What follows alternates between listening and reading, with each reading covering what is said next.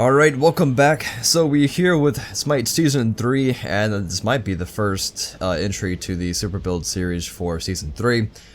So I was debating on doing generalized builds, for example, like builds for ability-based assassins like THANATOS.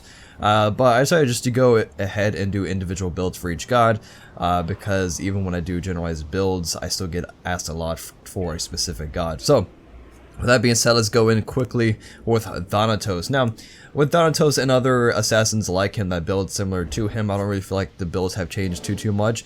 What I do feel like is you have more defensive options as far as like defensive items to go into, because typically you don't go all just like power penetration, which you can. Typically you get a mix of full cooldown reduction, penetration, a little bit of power, and then a couple of defensive items. So that way when it comes to late game, you just don't get blown up by mages. As in this season, we have Dual Spear of Desolation. So, yeah, let's go ahead and build him right quickly. So, the thing that is a little bit different with THANATOS is that you don't really need too many penetration items. You just need like 1, 2 at max. Reason being, with his kit, his 2 Scent of Death provides up to 35 penetration at max rank. So, if you have full CDR, you can pop this pretty often, and you can have a good case of additional 35 penetration whenever you go into fight somebody. So, with that being said, you don't really need too many penetration. So, let's go into the boots, starting with Warrior Tabby. Now, Talaria boots, I'm kind of surprised it's not on the recommended anymore, but it used to be in Season 2. The thing with Talaria boots, it's good for a couple things. Some people might pick it up for jungling and conquest, and or what I see it most often is with Assault. The reason why you would pick this up on THANATOS and Assault, a couple reasons. The HP 5 is always great, and if you do not know, THANATOS does use a little bit of his HP for using his abilities. As you see, consumes 5% of his HP, consumes 5%, 5%, and 10% for his ultimate. So he does use his own HP to use his abilities along with some mana. So that's one reason why Slayer Boots is not too bad for Assault.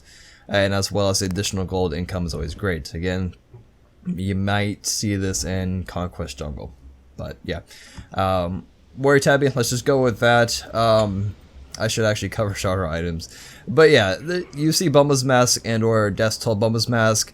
Not too popular with THANATOS. What it is popular is for junglers that want to split camps, the jungle camps. That's why you pick a Bumba's. If not, if you don't care about splitting camps, then you can just go with Death's Toll again, because it provides that extra health income, so you can keep going without just killing yourself with your abilities. So again, Warrior Tabby, go into Yon's Wrath. That still hasn't really changed. What has changed is cooldown reduction items across the board have been nerfed, pretty much by like 5%. So now it is 20%, other stats remain the same. Now typically after you go with Yon's Wrath, you have a couple options. You can go straight into a defensive item. I personally have been going with Breastplate of Valor with Yon's Wrath. The reason being is it just with those two items, it does cap out with the 40% cooldown reduction. If you do not pick up Breastplate but you still want cooldown reduction items, it's going to take you like total of 3 items to get your full CDR. But with this, it does provide a lot of physical protection, along with a lot of mana, which THANATOS doesn't really use mana. But between Breastplate of Valor and Yon's Wrath, a good item to utilize all that mana is the Transcendence. As you see, the passive, additionally 3% of your mana is converted to extra physical power. So if you pick this up somewhere in your build, then you can actually make use of all that mana into additional power, which ends up being quite a bit. Other defensive items that you can go in with the place of Breastplate, or you could pick this up later. You can go into the Hide of the Urchin, very popular. Though this item is best used, or you can best utilize it, I should say, if your team is ahead, your team is making a lot of kills and assists, so that way you can start building up the stacks on it. With the Season 3 changes, the stacks are more important. You do not get as much protection as you used to off the bat when you first purchase this item compared to Season 2. So that's another optional item. Another one is the Spirit Robe, and as well as the Magi's Blessing.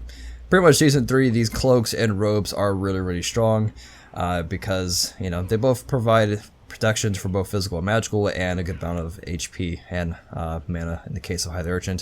Spirit Robe, no HP, but now it does have crowd control reduction on it, and the passive is still really strong. So these 3 cloaks are really good, and as well as the Breastplate of Valor.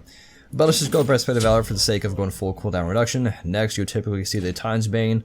Between the Yo Trap and Titan's Bane, that's pretty much all the penetration you need for Thanatos. Now, in the off case you're fighting maybe more than one healers or high health generation gods, maybe Brawler's B-Stick for the sake of the passive. Enemies hit by your abilities have 40% reduced healing for 8 seconds. 8 seconds is a very long time, especially when you have full cooldown reduction. You can just keep applying that over and over.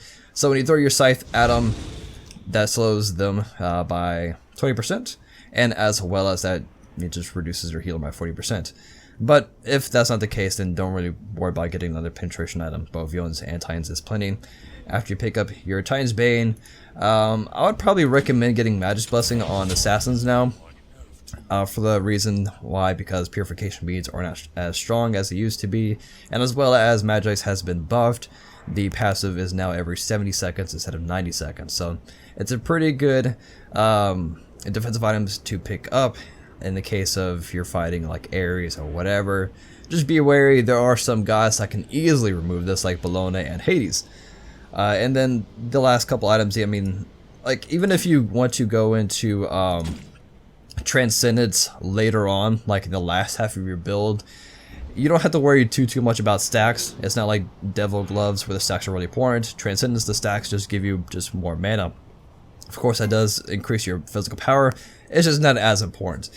For instance, I have 110 physical power. You buy that, it jumps up by another 88 physical power. Another 88 without stacks. That's quite a bit, and it's at, the most expensive item ever. Bumps up my physical power by quite a bit. Or there is the other option, you can go into something like Deathbringer and or Malice. I think Malice is probably stronger right now. But yeah, you could probably go into one of these just so if you throw a couple basic attacks between your abilities, you have a chance of critting, and if you do, it's going to crit pretty hard with Deathbringer, or it's going to have the extra passive of damage over time effect with Malice. Another thing is these both provide 50 physical power, so that does help with your abilities because you are a little bit more of an ability-based assassin. So that pretty much wraps it up for the Thanatos build. Don't want to make this video too long. Hopefully it was helpful for you guys. So yeah, thanks for watching. Peace.